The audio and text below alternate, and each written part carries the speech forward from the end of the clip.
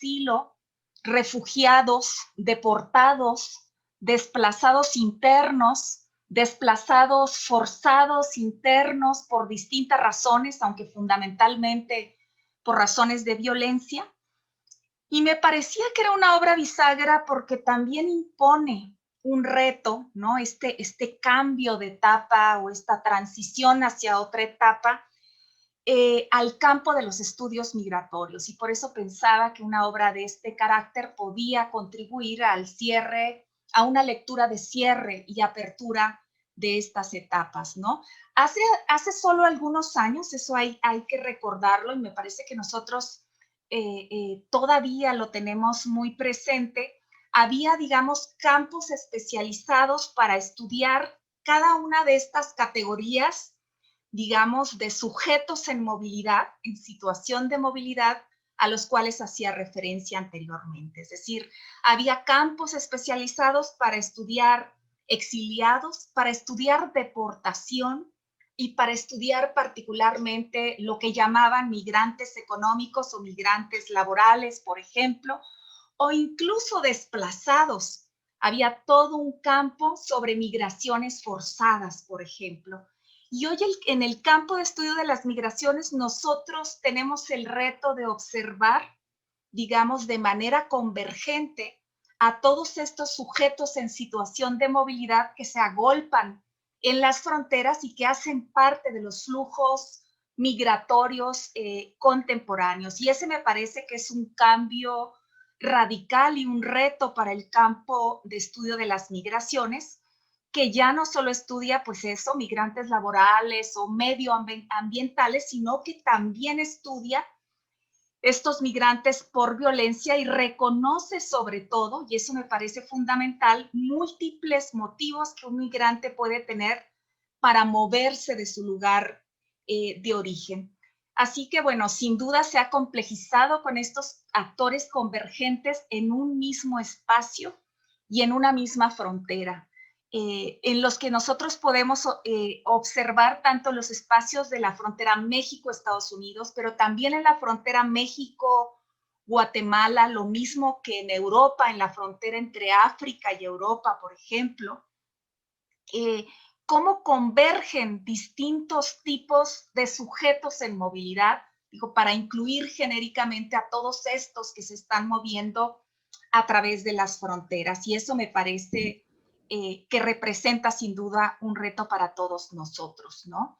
Entonces, en el mismo campo de los estudios de migración se está dialogando con los especialistas en los estudios, por ejemplo, de criminalidad, de exilio, de asilo, de refugio, de desplazamiento interno forzado, y esto en sí mismo constituye también, pues, sin duda un reto relevante para quienes trabajamos en este campo. Así que el libro pretendía también contribuir a esta etapa de cierre y apertura de una transición en el campo de los estudios migratorios y en el tipo de estudios, digamos, que hemos realizado en el caso de la movilidad a través de las fronteras.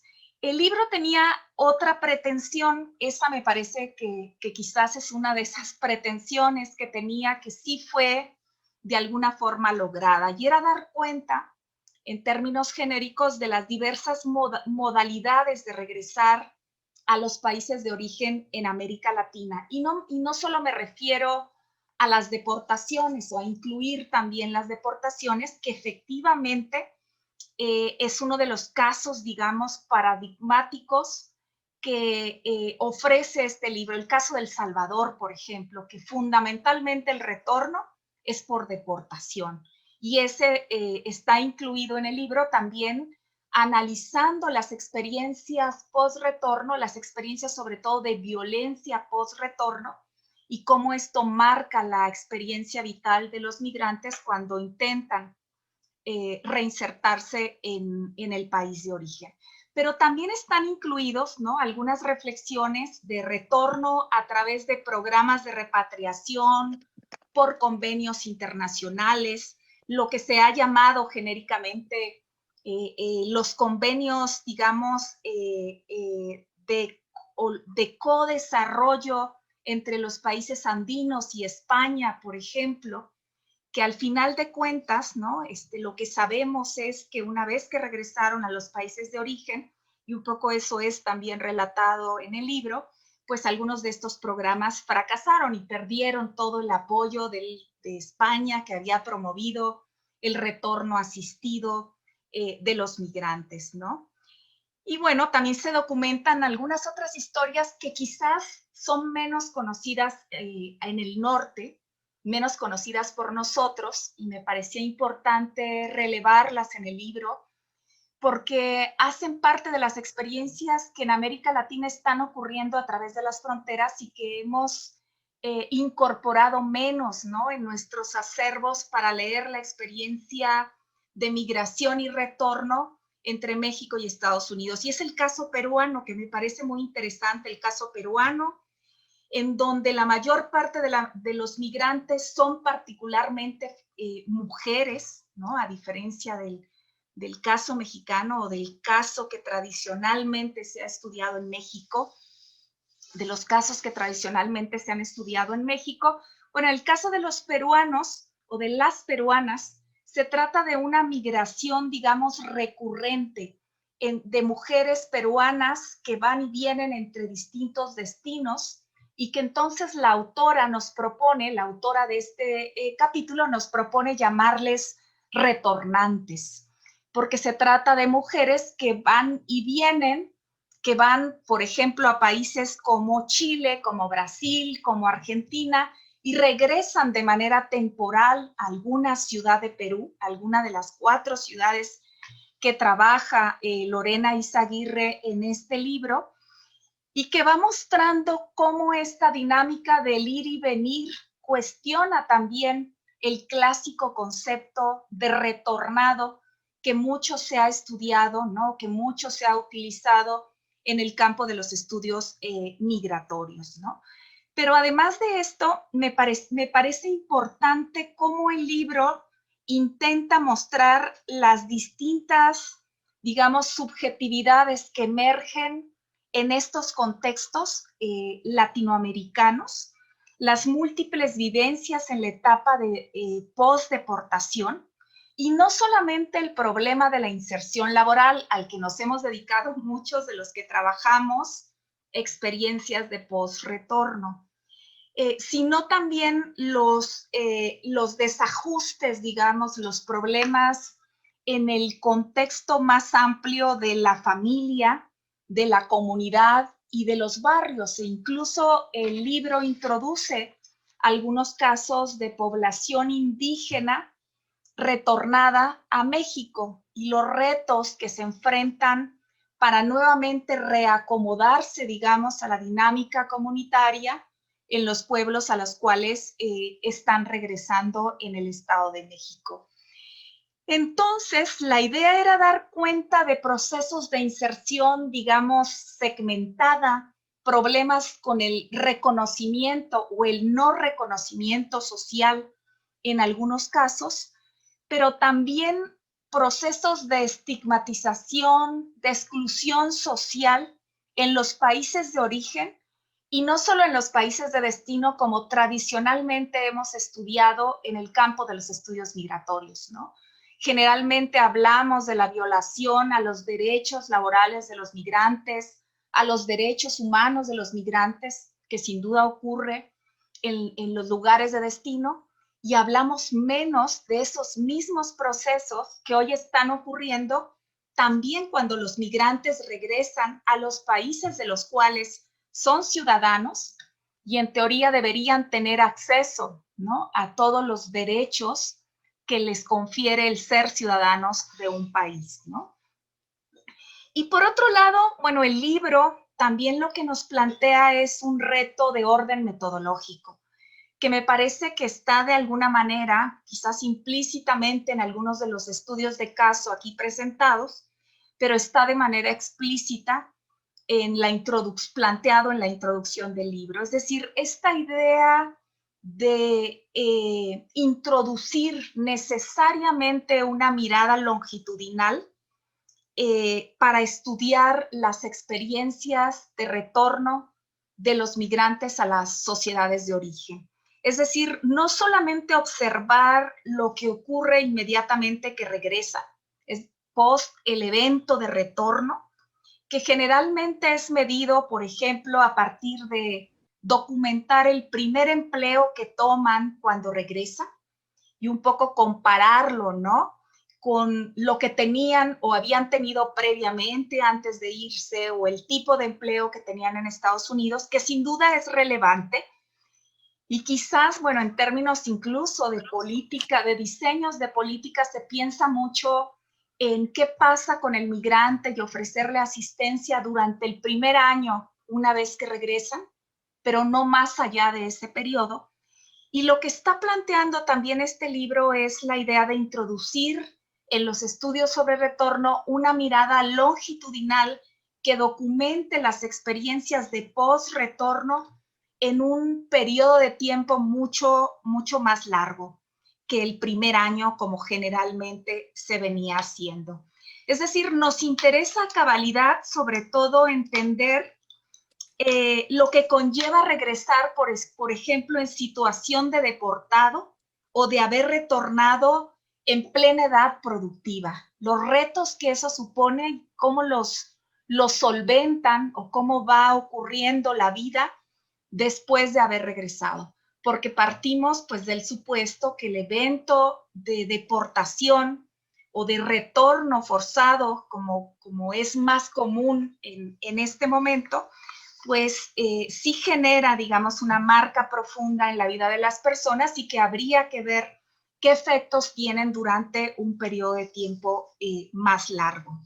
Y esta es la idea de documentar y estudiar la etapa de post-retorno con una mirada de corte longitudinal que propone sobre todo mirar el post-retorno como una clave analítica para poder comprender las experiencias de vida una vez que regresan de otro país, ¿no?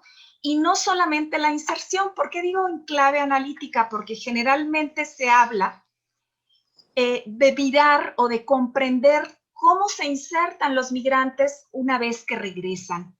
Me parece que una mirada longitudinal lo que nos puede ofrecer es no solo comprender cómo se insertan una vez que regresan, sino comprender el proceso de incorporación a los mercados de trabajo, por ejemplo, o a la vida a la vida social, ¿no? La integración social, la recuperación de las redes o la reorganización de las redes sociales en los barrios y en las comunidades a las cuales se están volviendo. Y considero que esto es clave sobre todo porque nos conecta con un debate contemporáneo en las ciencias sociales a propósito de la integración. Como vemos ahí, podríamos poner en juego, explorar estas tres categorías básicas, ¿no? La de inserción, que particularmente se utiliza como inserción laboral o inserción social y que tiene que ver con una mirada mucho más de corto plazo. La incorporación en un periodo de mediano plazo y a futuro, aunque no tiene que ver solamente con el tiempo y no son procesos, digamos, continuos, pero sí podría llevarnos a comprender los procesos también de integración societal si es que estos ocurrieran una vez que los migrantes regresan. Digamos, en términos muy generales, eso es lo que nos ofrece la obra. Son más de 20 capítulos, que lo que están, más de 23 autores, ¿no? Trabajando a lo largo de 15 capítulos, en los cuales estamos mapeando experiencias de retorno o de regreso en términos genéricos a distintos contextos en América Latina y un poco las dificultades que enfrentan también en este proceso. Y justamente, bueno, pues yo les proponía, cuando platicaba particularmente con Blanca, que una de las cosas interesantes que justo de pensar a este libro como una obra bisagra, como esta idea de cierre y apertura de etapas en los estudios migratorios, teníamos como reto enfrente preguntarnos, pues, cómo releer, ¿no? En este contexto de pandemia, el proceso de retorno en América Latina. A propósito también de la pregunta que nos hacía Paula al principio, ¿no? El proceso de retorno y la experiencia, digamos, de volver a casa, entre comillas, a alguno de los países en América Latina. Me parece que hoy es necesario hacer una relectura porque probablemente, no, sin duda, no probablemente, este contexto de pandemia nos va a imponer otros retos, ¿no? Y otros desafíos analíticos en el campo de los estudios migratorios y que ya los tenemos enfrente, ¿no? Yo lo que quisiera es quizás comentar algunos de los factores que veo intervinientes, digamos así, de mote pronto, pensando en lo que está ocurriendo, lo que ha ocurrido en estos meses, desde el mes de marzo más o menos, que en América Latina se empezaron ya a tomar algunas medidas de control sanitario en el contexto de la pandemia, ¿no? Yo creo que hay algo que está claro. Sabemos que la relación entre enfermedad, migración y control fronterizo ha estado presente históricamente en nuestro continente. Yo diría que desde la llegada de diversos contingentes de migrantes y exiliados a nuestros países ha estado ahí latente esta relación entre migración, control fronterizo y enfermedad. Y me parece que no es una novedad propiamente, que existe una literatura amplia, digamos, de trabajos que dan cuenta de estos procesos en el siglo XIX y, por supuesto, en el siglo XX. Digamos, la idea de un control selectivo del ingreso de migrantes a diversos países de América Latina.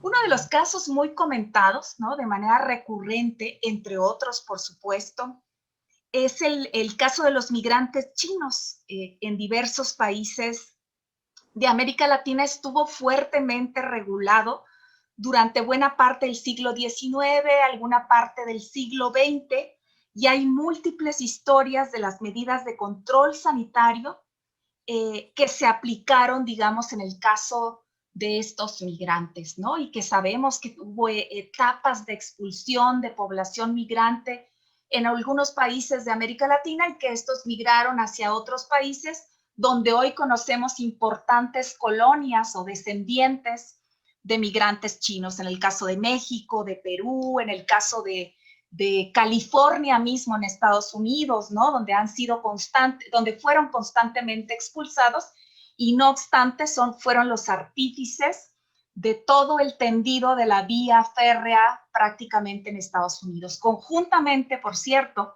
con los migrantes mexicanos que participaron del programa Bracero entre 1939 y 1964, periodo en el que migrantes mexicanos fueron a trabajar primero en las vías férreas, después sabemos que se dedicaron fundamentalmente al trabajo en la agricultura y que eran constantemente fumigados, ¿no? Directamente fumigados antes de ingresar a Estados Unidos, ¿no? Es decir, rememoro justo estos hechos porque tiene que ver con estas medidas de control sanitario que han impuesto los países, no obstante que estos estaban viajando bajo un convenio de colaboración, ¿no? Entre México y Estados Unidos, pues en plena crisis, en plena gran depresión en Estados Unidos, ¿no? Y no obstante eran sujetos de estas medidas de control sanitario sumamente humillante, ¿no? Donde, bueno, pues en general la imagen de la población migrante estaba asociada como con una imagen del portador de enfermedades contagiosas, ¿no? Generalmente, y luego era visto también como una amenaza a la seguridad nacional. Esto que a nosotros nos suena familiar y que ahora incluso, diría yo, reemerge en estos discursos de protección sanitaria ante el cierre de las fronteras en los distintos países, ¿no?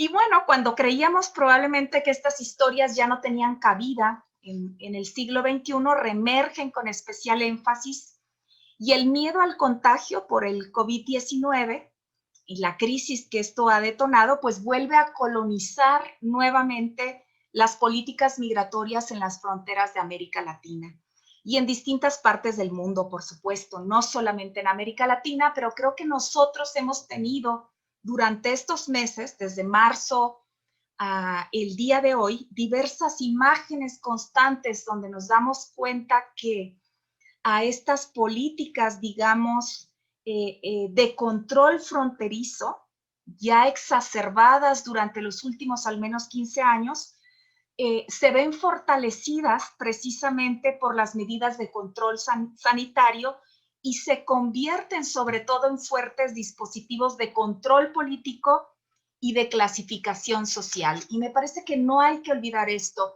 Siempre esta relación entre enfermedad, migración y control fronterizo ha estado atravesada por medidas, digamos, que aluden a la clasificación social. Me refiero a género, raza, sin duda, ¿no? Y lugar de origen o nacionalidad de los migrantes. Y nuevamente esas categorías que ya estaban presentes en esta dinámica del control global de las migraciones, lo que hace es convertirse en un dispositivo más de control y de cierre de las fronteras, ¿no?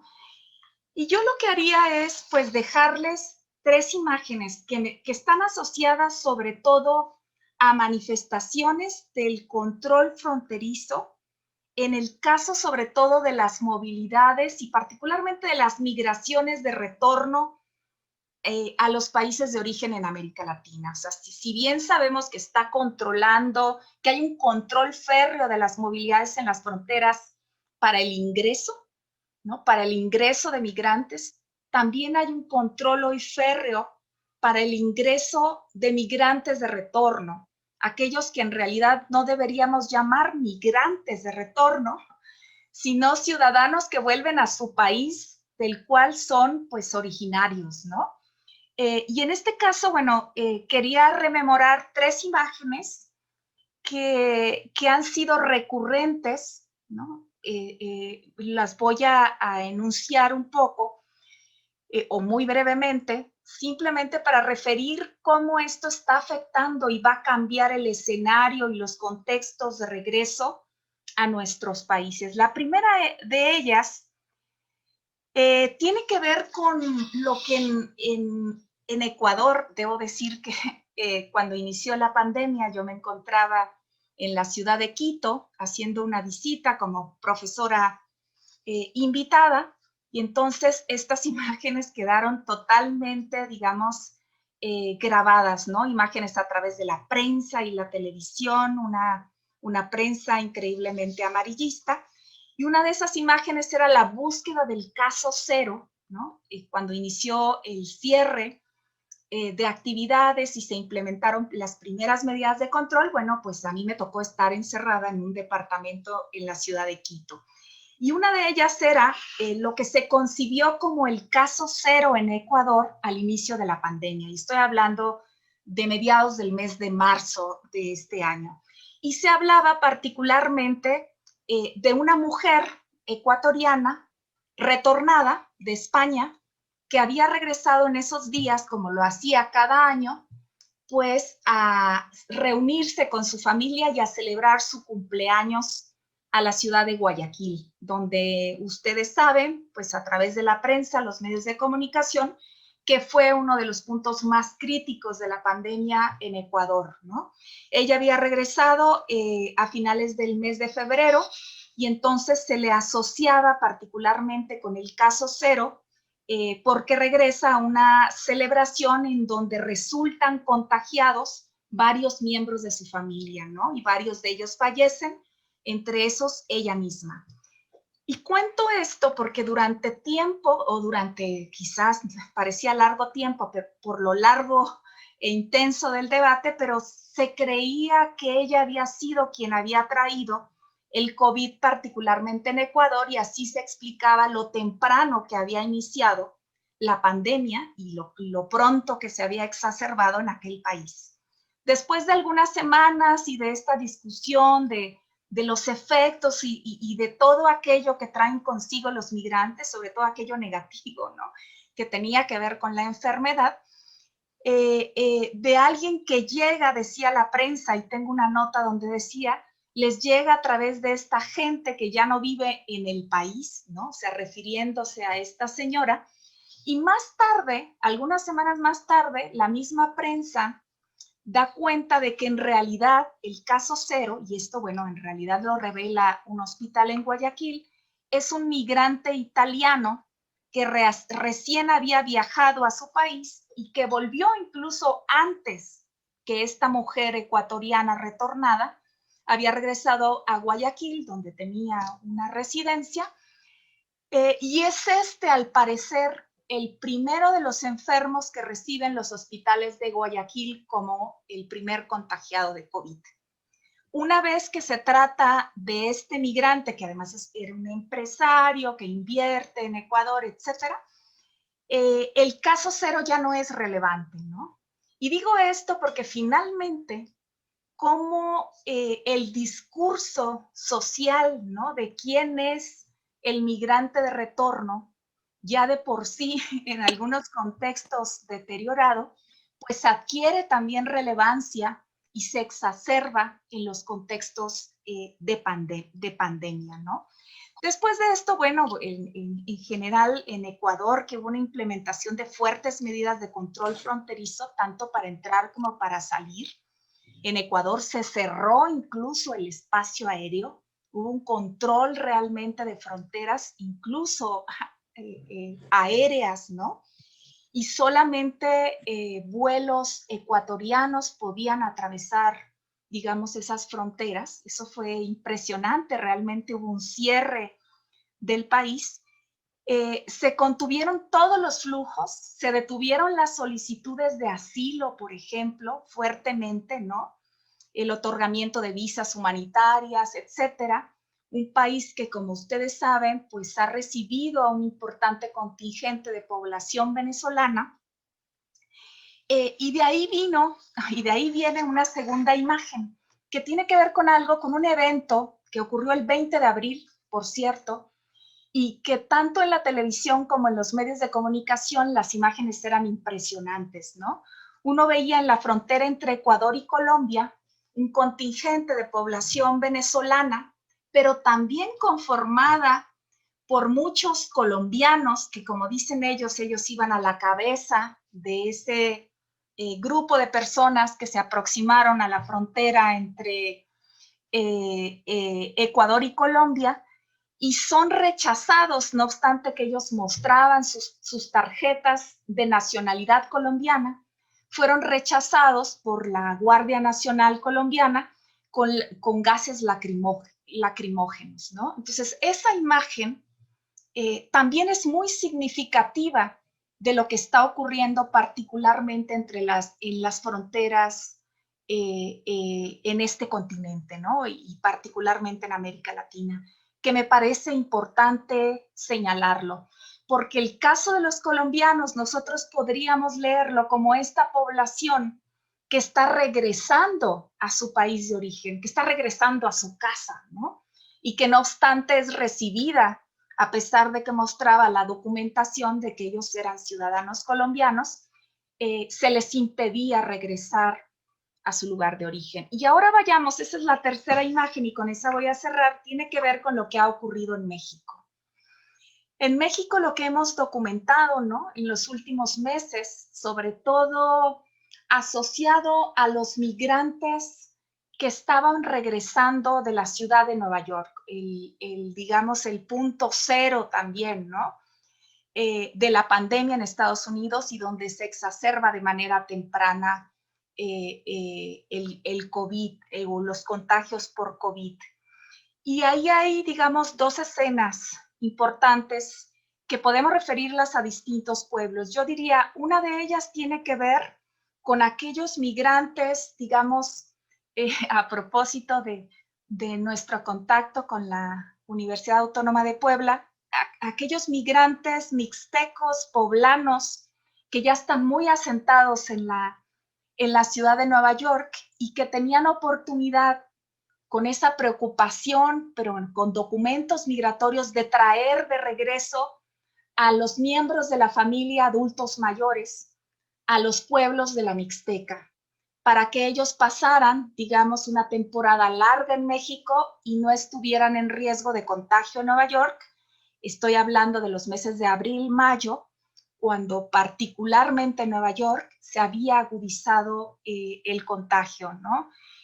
Y empiezan incluso aquellos que todos los veranos venían a pasar esa temporada a sus pueblos de origen, pues empiezan a ser rechazados, particularmente por los habitantes de estos pueblos de la Mixteca. Y me refiero, estoy pensando en Tulcingo de Valle, en Chila de la Sal, en todos los pueblos que están, digamos, pegados a la Mixteca oaxaqueña y a la Mixteca guerrerense, que están ya muy asentados y de larga data en Nueva York, que algunos de ellos tienen documentos, y que regresan a sus pueblos y lo que generan es una estampida de aquellos habitantes del lugar que no quieren estar en convivencia, obviamente, con aquellos que vienen de Nueva York y aunque antes de viajar se hacían una prueba de que no estaban contagiados, pues de todas maneras la imagen que había era una imagen del migrante de retorno que es un riesgo para los otros, ¿no?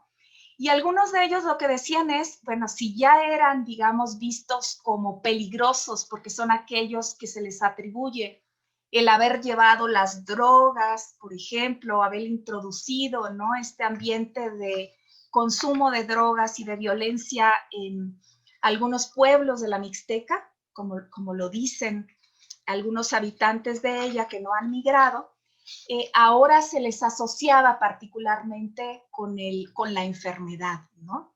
Me parece que esa es una imagen muy fuerte de cómo se está transformando también la idea del migrante que retorna a su país de origen e incluso a su pueblo de origen. Y creo que asociada a esta, ¿no?, ellos tenían la oportunidad de regresar todavía con vida a estos pueblos. Y la otra imagen que me parece todavía más deprimente ocurre, ¿no?, y está ligada particularmente a los pueblos de la montaña de Guerrero, donde la llegada de los migrantes de retorno, aquellos los más desprotegidos, de estos que salieron de los municipios más pobres de este país, los municipios de la montaña de Guerrero, están regresando en ataúdes, ¿no? Algunos en ataúdes, pero donde saben que no hay un cuerpo, donde más bien lo que está regresando son las cenizas, ¿no?, con lo que eso significa para las familias de estos migrantes de retorno. Y yo creo que estas imágenes nos dan cuenta de la transformación, digamos, que ha ocurrido de las movilidades en este contexto de pandemia. No solamente, digamos, para los migrantes que constantemente circulan, para aquellos que se quedaron varados en la frontera, sino también cómo existe hoy, ¿no?, ciertos dispositivos de control que están asociados también al miedo, ¿no?, por supuesto, y que están generando otros procesos de exclusión de el derecho, digamos, decían en uno de los defensores de derechos humanos de los pueblos de la montaña de Guerrero, el derecho a ser enterrado en su pueblo, ¿no? Porque en algunos pueblos de la montaña de Guerrero no permitieron que esos ataúdes pues quedaran enterrados en los cementerios municipales, ¿no? Entonces creo que allí también están teniendo efectos, ¿no?, estas formas de control y esta relación fuerte que hay entre enfermedad, control fronterizo y migración. Entonces, solamente dejo estas imágenes para la reflexión y seguramente habrá oportunidad de conversar a través de las preguntas que ustedes formulen. Muchas gracias. Muchas gracias a ti, Liliana, por hablarnos sobre estos temas y sobre todo por darnos esta visión tan amplia de lo que se escribió en este libro de Volver a casa, Migrantes de Retorno en América Latina, que por cierto lo tengo aquí y lo quiero presentar para que todas y todos puedan verlo y puedan también adquirirlo. Es realmente un libro magnífico, sobre todo para quienes estamos estudiando también estos temas de migración de retorno. No sé si alguno o alguna de ustedes que están participando tengan alguna pregunta, algún comentario. Doctora Blanca, ¿quisiera comentar algo? Sí, muchas gracias. Pues felicitar a Liliana por esta obra que, tal como ella nos ha comentado en la primera parte de su charla, pues reúne un conjunto de discusiones dentro de los debates de los estudios migratorios, y tomarle la palabra de ver esta obra como una obra bisagra entre el cierre de una etapa de los sistemas migratorios en América Latina y la apertura de otras. Y bueno, yo lo que quería reaccionar a su presentación brevemente, tiene que ver con esta idea que nos plantea de manera muy interesante Liliana, sobre cómo el tema del retorno, del regreso a casa, en este contexto de pandemia, nos revela que ha traído el control fronterizo relacionado con la enfermedad, no solo se presenta o debe de ser pensado en términos de los ingresos o del filtro y de la selección al ingreso a los países receptores, que es como comúnmente o es lo que más se está analizando. En México, por ejemplo, el asunto del tránsito irregular o irregularizado de centroamericanos y otras poblaciones que utilizan como países puentes Centroamérica y México para llegar a las fronteras de Estados Unidos y cruzar, o pedir asilo y refugio, bueno, sino que también pensar este control fronterizo, la relación entre frontera y lo que algunos han analizado desde la perspectiva de la biopolítica, también desde esta mirada que nos propone Liliana de el regreso y de cómo se complejiza el regreso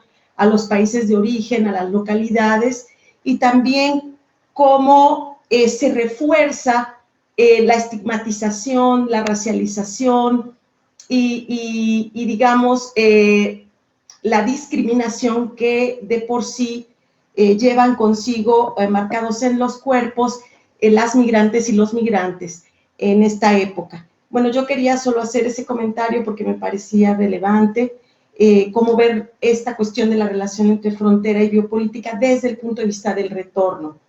Me parece que ahí hay una agenda investigativa también que se abre en esta idea de la bisagra que menciona ella. Y luego, bueno, quería preguntarle, nos habló en términos metodológicos de los grandes aportes a los debates en los estudios migratorios, pero me gustaría preguntarle sobre qué regularidades, si nos podría hablar de ella, digamos, como coordinadora de editora de este proyecto, qué regularidades en términos de las experiencias sociales del retorno, del regreso a casa, entre comillas, podríamos observar. Si tú puedes hablarnos algo de eso. Muchas gracias.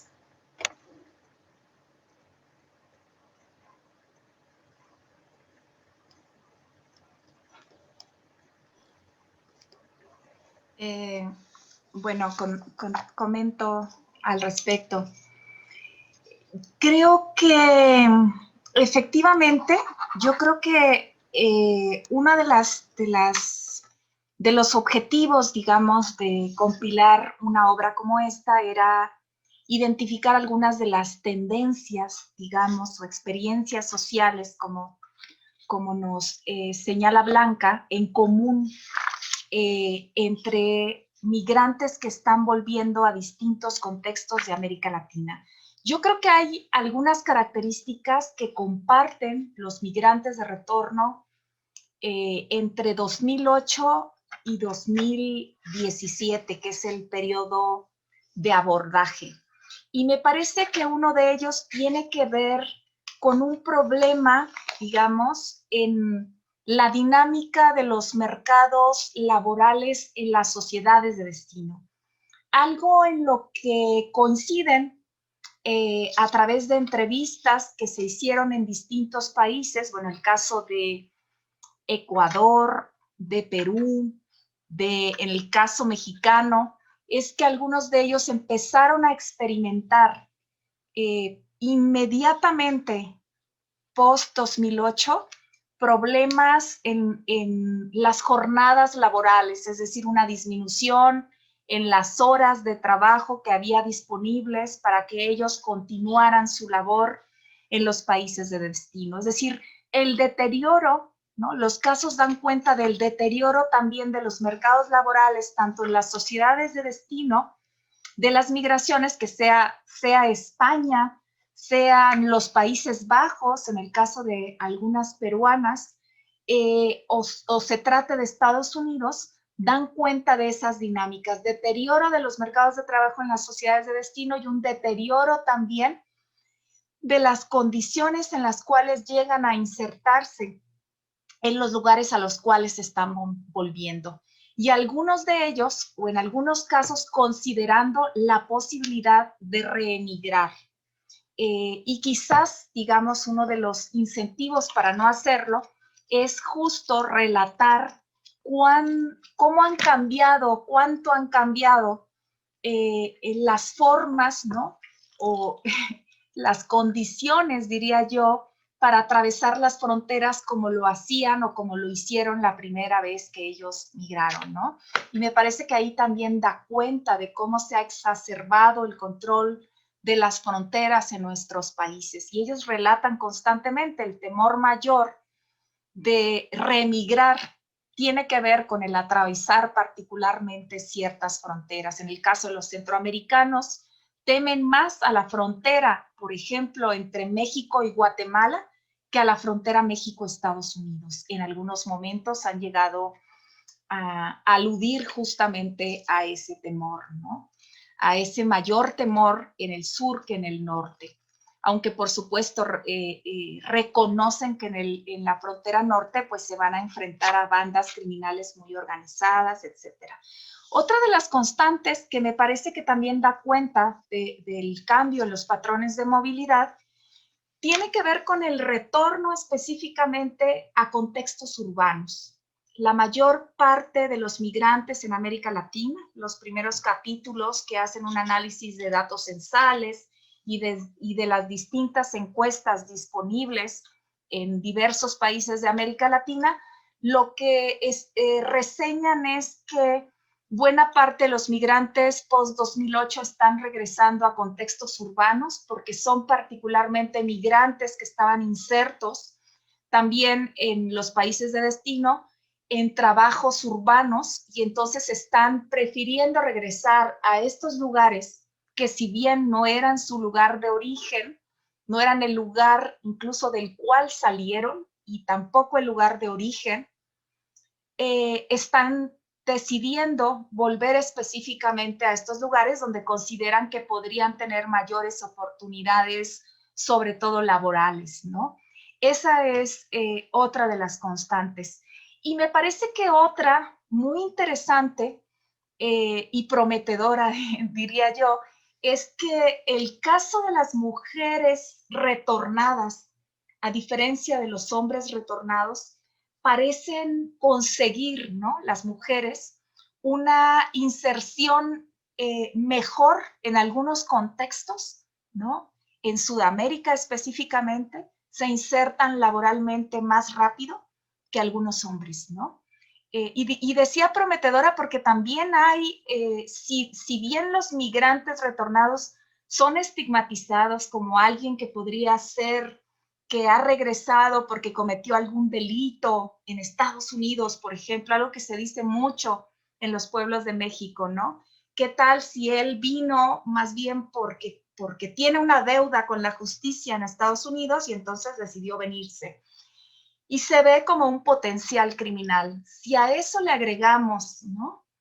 Esta división de género Y las mujeres también son estigmatizadas fuertemente como mujeres que ya no tienen la misma honorabilidad, digamos, que aquellas mujeres que no han migrado.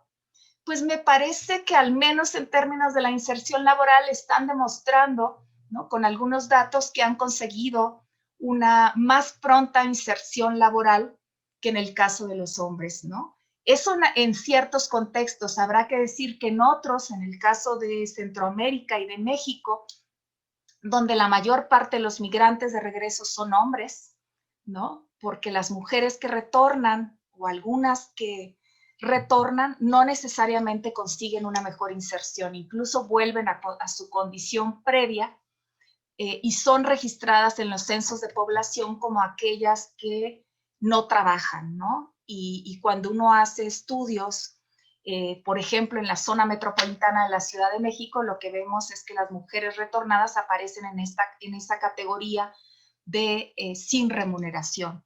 Es decir, no se reinsertan a la vida productiva porque regresan a esta condición en la cual sus familias y sus esposos deciden que ellas no van a trabajar, ¿no? Pero bueno, en otros contextos esa es una tendencia que en Sudamérica se ve de manera muy interesante. Me parece que esas son, digamos, algunas regularidades que nosotros encontramos a lo largo de los distintos casos que exploramos en América Latina. Y la otra, me parece que también hay cierto sentimiento, digamos, o sensación de insatisfacción en el caso de aquellos, sobre todo, que regresaron de manera forzada, expresamente por deportación, a sus lugares de origen y que evidentemente se sienten desarraigados, que esa es la palabra recurrente, ¿no? La categoría recurrente en la cual ellos se autoclasifican en el caso de los centroamericanos, ¿no? La idea de no sentirse bienvenidos en su país de origen, que eso también me parece que es una constante que encontramos en distintos o en variados casos, ¿no? Creo que esas son algunas de las experiencias que yo podría así muy rápidamente relatar y que me parece que también dan cuenta del escenario, digamos, post-crisis y ahora en plena crisis, ¿no? Y me refiero económicamente, que se está viviendo en América Latina, ¿no? Porque también esta sensación o sentido de insatisfacción por el tipo de empleo que están tomando una vez que regresan, tiene que ver con las condiciones económicas en las cuales se encuentran nuestros países en América Latina y que sabemos que post-2008 hubo allí una recesión importante en el caso de algunos de ellos y sobre todo un deterioro en los mercados laborales, ¿no?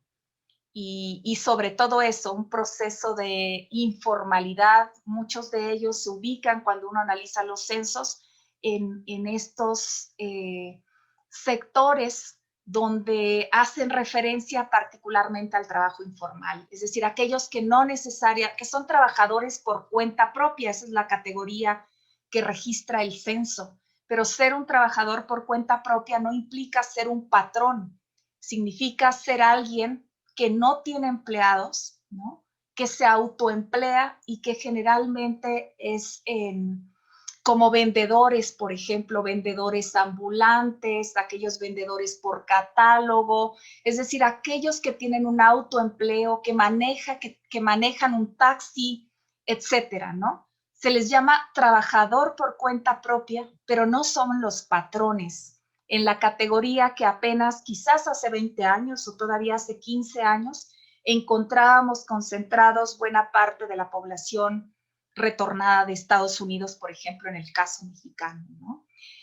Y me parece que esa es una constante preocupante, dónde se están insertando también laboralmente y cuáles son las razones también que los están llevando a considerar la reemigración, a pesar de todos los riesgos que esto supone, y que tiene que ver con dos factores. Uno, los contextos de violencia, eso para Centroamérica y México son una constante, y en otros casos tiene que ver con las condiciones de los mercados laborales, ¿no? De la falta de oportunidades en estos mercados, o más que de oportunidades, en algunos casos también de la ausencia, digamos, de estas especializaciones que podrían haber adquirido, especialidades que han adquirido los migrantes en las sociedades de destino, en Estados Unidos, por ejemplo, que no pueden desarrollar después en ciertos contextos, ¿no? Algunos que se han especializado en la construcción de cierto tipo, en la elaboración y manufactura de cierto tipo de maquinaria, etcétera, ¿no? O algo tan básico como aquellos que se especializaron en arreglar, como dicen ellos, los roofings, ¿no? Los techos en las casas, techos de un tipo que en México no son comunes, y que entonces esa especialidad pues les sirve poco para insertarse en los lugares de origen. Me parece que también esa es una constante, como lo que han hecho en los lugares de destino podría no ser ese capital que se requiere para regresar de una mejor forma a los lugares de origen, ¿no? Muy bien, muchas gracias, doctora Liliana. Tenemos algunas preguntas que nos han hecho llegar por medio del chat de Facebook Live. Bricia Ceja nos pregunta que en dónde se puede adquirir su libro. Bueno, el libro ya está, bueno, además de venderse, por supuesto, en la librería del Colegio de México, también se vende en el Fondo de Cultura Económica y en la librería Gandhi. Así que es muy probable que lo encuentren en cualquiera de estas, ¿no? Muy bien, muchas gracias. Y también tenemos un comentario de nuestra compañera Doña Jara, que voy a leer textual lo que nos está diciendo. Dice, he venido observando en las estadísticas migratorias mexicanas y estadounidenses una sincronización a partir del 2016 hasta diciembre del 2019 de los registros más altos de extranjeros devueltos por autoridades mexicanas y eventos de extranjeros retornados desde Estados Unidos a sus países de origen y eventos de extranjeros declarados no admisibles en Estados Unidos. La pregunta es, ¿cómo valora este fenómeno en materia de política migratoria en México con la política antiinmigrante de la administración estadounidense?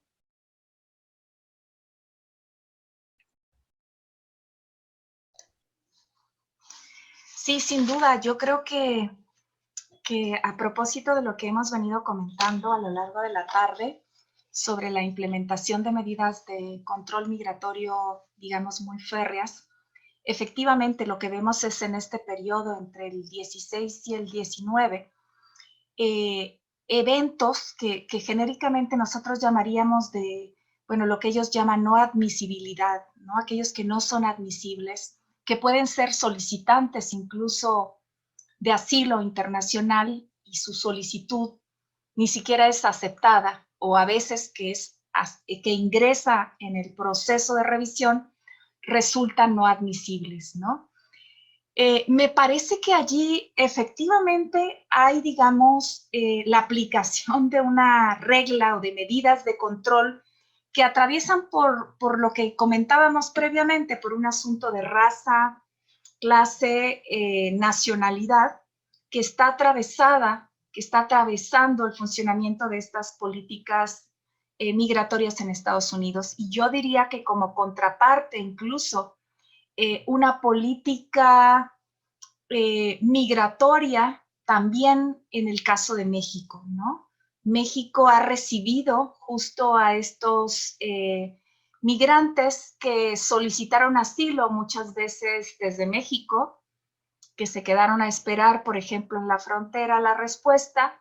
Cuando tuvieron una respuesta negativa, se quedaron en México y están intentando, digamos, hacer la solicitud de asilo, particularmente en este país. Pero no solo eso, sino también Estados Unidos lo que empezó a hacer es deportar migrantes centroamericanos a la frontera con México, cuando los convenios internacionales lo que dictan es que Estados Unidos debería poner a los salvadoreños en El Salvador, a los guatemaltecos en Guatemala, etcétera. y muchas veces fueron puestos en ciudades fronterizas entre México y Estados Unidos, ¿no? Me parece que ahí hay un incumplimiento de estos convenios internacionales y México en muchos casos aceptó, ¿no?, trasladar luego, hacer el trámite y traslado de estos migrantes que quedaron en la frontera, que no eran mexicanos, a los países de origen, ¿no? La preocupación también de si la política migratoria mexicana pues no estaría aproximándose a un estilo de política de tercer país seguro, que ahorita, digamos, la discusión y el foco está en otro lado por las condiciones sanitarias en las que nos encontramos. Pero esa es una duda que todavía persiste, porque el gobierno mexicano, pues, jugó, digamos, ese papel de contenedor no solo en la frontera sur, sino también este papel en la frontera norte de México, ¿no?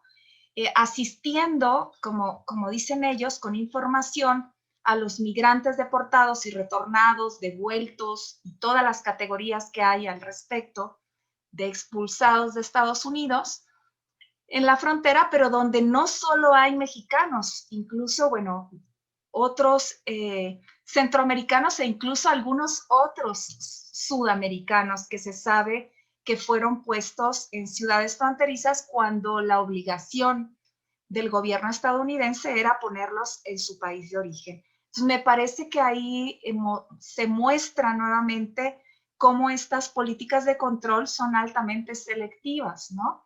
En otros casos, efectivamente, los trasladan a sus países cuando son rechazados, ¿no? Cuando sus solicitudes son rechazadas o no admitidas, y en estos casos, en muchos de esos casos, fueron puestos en la frontera norte de México. Eso ocurrió a principios de este año y después sabemos poco porque efectivamente las estadísticas indican que esto siguió ocurriendo, pero fue menos visible, por lo menos a través de los medios de comunicación, porque, bueno, pues todos los reflectores se los lleva ahora la situación que tenemos con el COVID, pero yo diría que efectivamente vemos en ese periodo cómo funcionan, ¿no? Las políticas de control de manera muy efectiva con los migrantes. Y sobre todo, bueno, habría que decirlo, porque también hay muchos migrantes africanos varados en la frontera norte que están esperando respuesta a una solicitud cuando se cerraron, digamos, estos puestos en los cuales se recibían sus solicitudes por la pandemia. Entonces, sí se cerraron casi inmediatamente las solicitudes, la recepción de solicitudes, pero tardó en cerrarse, por ejemplo, la deportación desde Estados Unidos. El proceso de deportación continuó por lo menos hasta mayo. Muy claramente es en mayo cuando se llega a un acuerdo de cierre o de detener por lo menos temporalmente por razones sanitarias la deportación y la expulsión de estos extranjeros no admitidos, ¿no? Entonces, ¿cómo vemos cómo la puerta, digamos, se cierra para entrar, pero no se estaba cerrando o no a la par, ¿no?, la de salida? Y me parece que ahí es donde vemos que está funcionando de manera totalmente selectiva, ¿no? Eso, sí. Muchas gracias. Tenemos otros comentarios, otras preguntas en el chat de Zoom. Marcela nos comenta que hay otro fenómeno interesante que también está emergiendo a propósito de la pandemia y es la generación de subfronteras comunitarias, particularmente en zonas rurales más alejadas, que definitivamente cerraron las entradas a las comunidades, incluso a migrantes retornados. Y Marcela al mismo tiempo nos solicita una pregunta que es, ¿cuál es el panorama de las políticas públicas dirigidas a población migrante retornada? Hace algunas décadas el 3x1 se configuró como un programa para impulsar la inserción y probablemente la incorporación y la integración. ¿Qué miras en el panorama actual?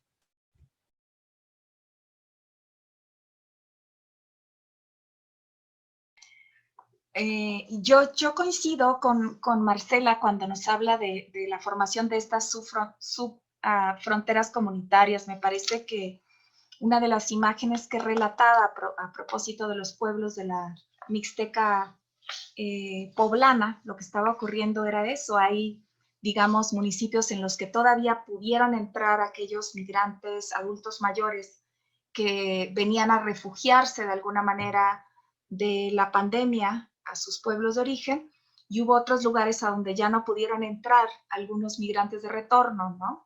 Que justo a la entrada de los pueblos, pues montaron algunos dispositivos para impedir el ingreso de estos migrantes que estaban retornando pues de manera temporal mientras pasaba, decían ellos, la pandemia en otros lugares, ¿no? En otras ciudades donde se había exacerbado de manera más temprana. Yo creo que efectivamente uno de los efectos tiene que ver con este cierre de fronteras o probablemente la exacerbación, ¿no? del marcaje de fronteras entre pueblos y entre lugares. Ocurrió en Guerrero de manera muy clara, en Oaxaca hay algunos casos registrados, ¿no? Y por supuesto en Puebla también hemos visto de manera recurrente este tipo de eventos. A esos me refería cuando hablaba de esa tercera imagen, ¿no? El panorama de las políticas públicas, yo diría que el 3x1 incluso no era pensado tanto para la inserción de los migrantes retornados. Me parece que no era un dispositivo de política social, porque fue pensado como política social, para los migrantes de retorno. De hecho, se hablaba, y si ustedes recuerdan, era la época en la que se celebraba que los migrantes en Estados Unidos, de los migrantes mexicanos en Estados Unidos, estuvieran mandando remesas.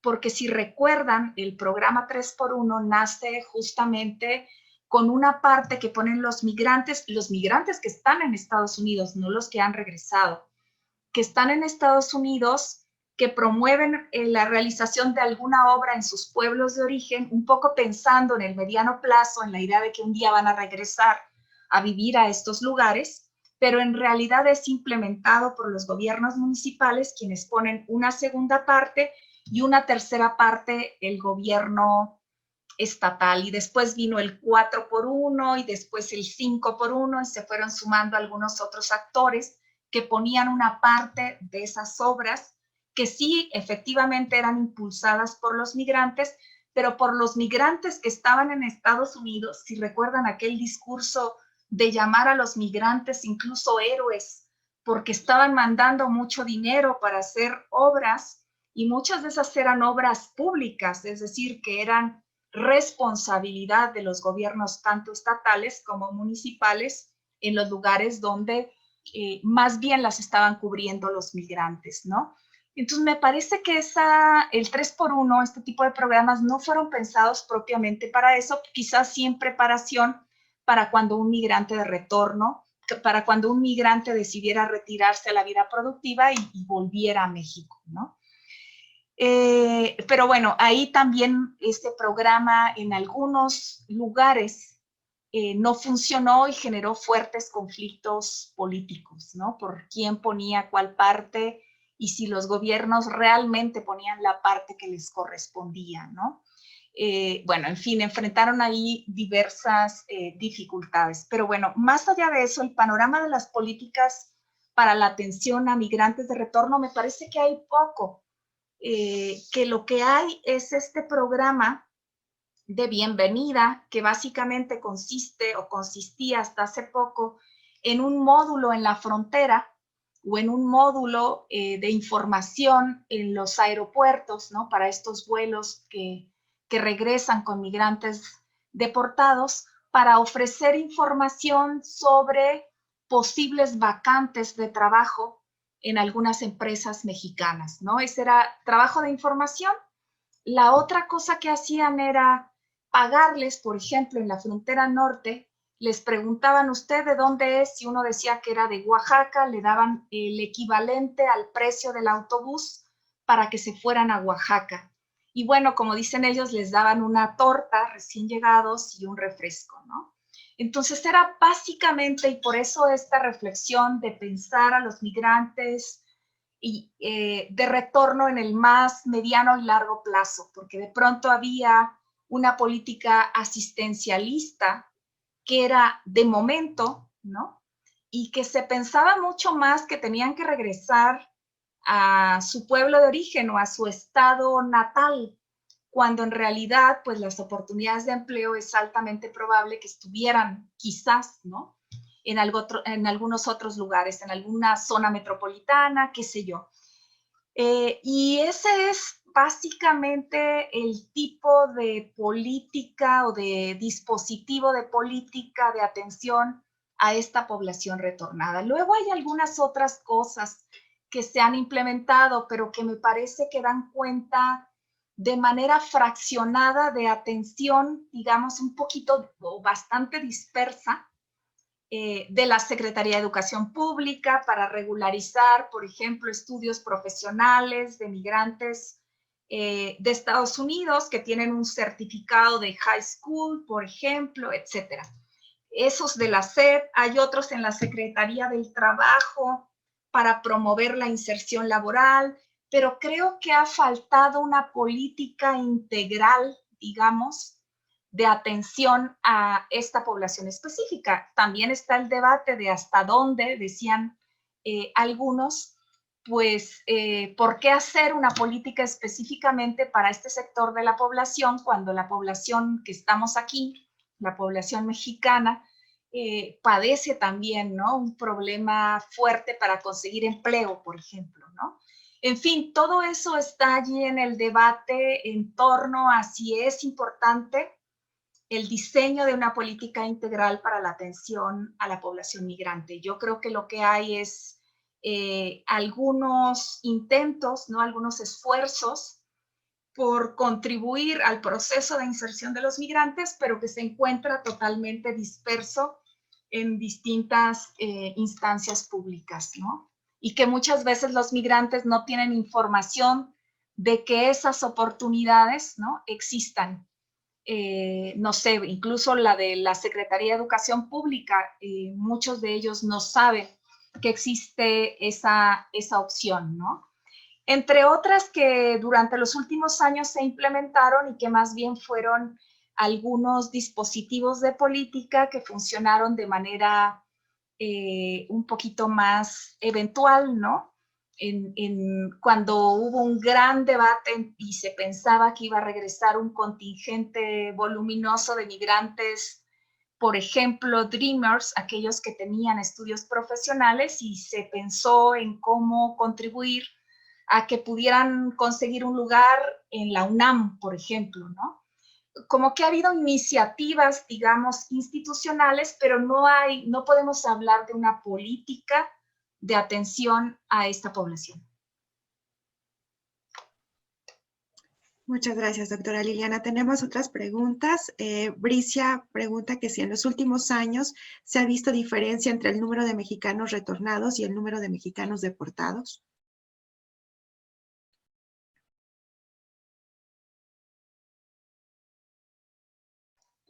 ¿Te parece bien que juntemos varias preguntas? Quizás algunas podamos contestarlas juntas y yo voy Sí, tomando nota, claro. claro. Rafael Alarcón nos dice, voy a leer textual, me perdí parte de la conversación, espero no retomar algo ya dicho, pero más allá de los aspectos económicos y laborales, ¿qué nos puedes compartir en relación a los aspectos subjetivos de aquella porción de estas poblaciones retornadas, para las cuales volver es quizás más experimentado como lo que Canstrom llama una forma de exilio y no un retorno? Por ejemplo, aquellos que pasaron casi toda su vida en los Estados Unidos, algo muy extendido entre los deportados que se quedan en Tijuana, por ejemplo, los homies. Y por ahora serían todas. Ok. Muchas gracias. Bueno, diría esto a propósito de lo que comentaba Bricia. Yo creo que sí que de ambas categorías, tanto retornados como deportados, se ha visto un incremento en los últimos años. Lo que pasa es que quizás se habla mucho más de los deportados, digamos, de las deportaciones que ocurrieron durante la etapa de Donald Trump, pero diría yo que ha habido una tendencia sostenida, o más o menos sostenida, desde la etapa de Barack Obama. quizás con mucho más ruido y mucho más conocida con Donald Trump, pero las deportaciones han tenido una tendencia creciente, por lo menos desde el año 2001. Es decir, un poco lo que hablábamos al principio, cómo estas políticas de control migratorio en Estados Unidos también se convirtieron en políticas de control social, y entonces también esto generó, digamos, un ambiente en el cual el miedo, la deportabilidad hizo que algunos decidieran, digamos, volver por su propio pie, pero como consecuencia del ambiente social que se estaba generando en Estados Unidos, y otros efectivamente por deportación. Bueno, para Rafael Alarcón, efectivamente, Rafael, yo creo que parte de lo que comentábamos a propósito del contenido del libro era uno de los propósitos o uno de los objetivos centrales del libro era dar cuenta también de estas, digamos, múltiples subjetividades que se van generando como parte de la experiencia de regresar al país de origen. Y efectivamente el libro lo que plantea es justamente, o lo que cuestiona, es esta idea del volver a casa, ¿no? Cuando se cree simplemente por el hecho de volver al país de origen, que sería el lugar donde se encuentra el hogar y la referencia a lo propio y a las raíces. Y lo que encontramos de manera recurrente, como mencionaba, es esta sensación de no necesariamente sentirse bienvenidos, ¿no? Es decir, aquellos que se fueron pequeños, que incluso su primera experiencia laboral y su vida propiamente como adultos se desarrolló en Estados Unidos, ¿no? En el caso de los migrantes que retornan de Estados Unidos, y donde regresar a México en realidad significa regresar efectivamente como un extraño. Es decir, donde probablemente se encuentran, bueno, lo que yo refería al principio, como experimentan cierto proceso de desvinculación, porque muchos de ellos pues tienen familiares lejanos con los que no mantuvieron un contacto frecuente, y efectivamente lo que exploran es un sentido de exilio. Su hogar, ¿no? Su referente de hogar se encuentra en los Estados Unidos, a pesar de que su origen sea como mexicano, ¿no?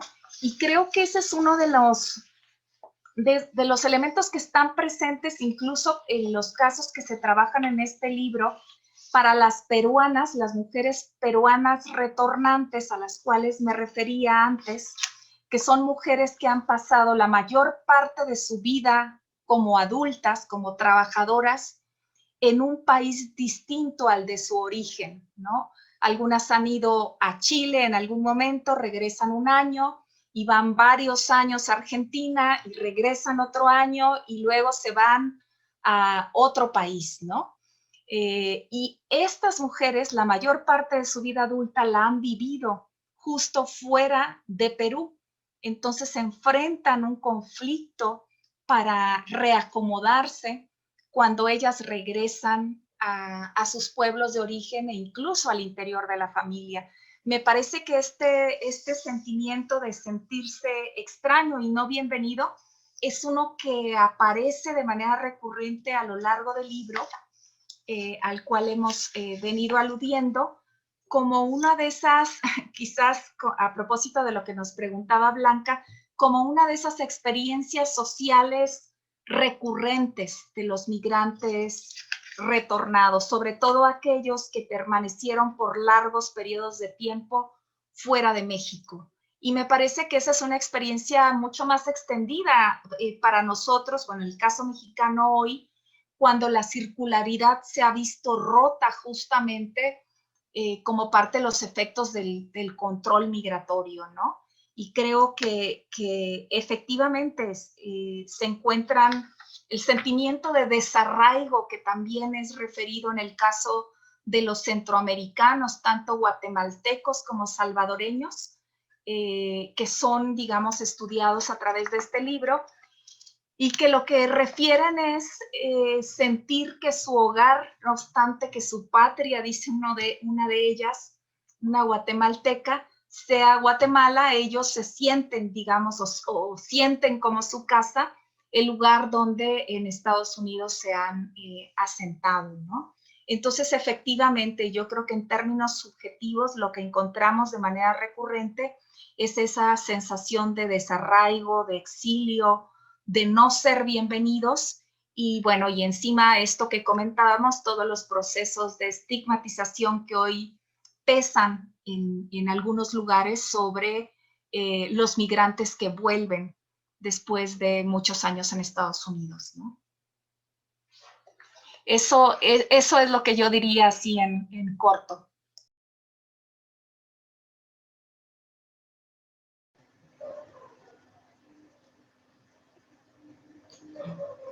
Oh my God. Hola. ¿Sí me ven? Que me siento un poco trabada en la imagen. No, no te ves. Muy bien. Ahora sí, ¿verdad? Gracias. Bueno, pues yo creo que con estas dos preguntas cerramos esta conversación con Liliana.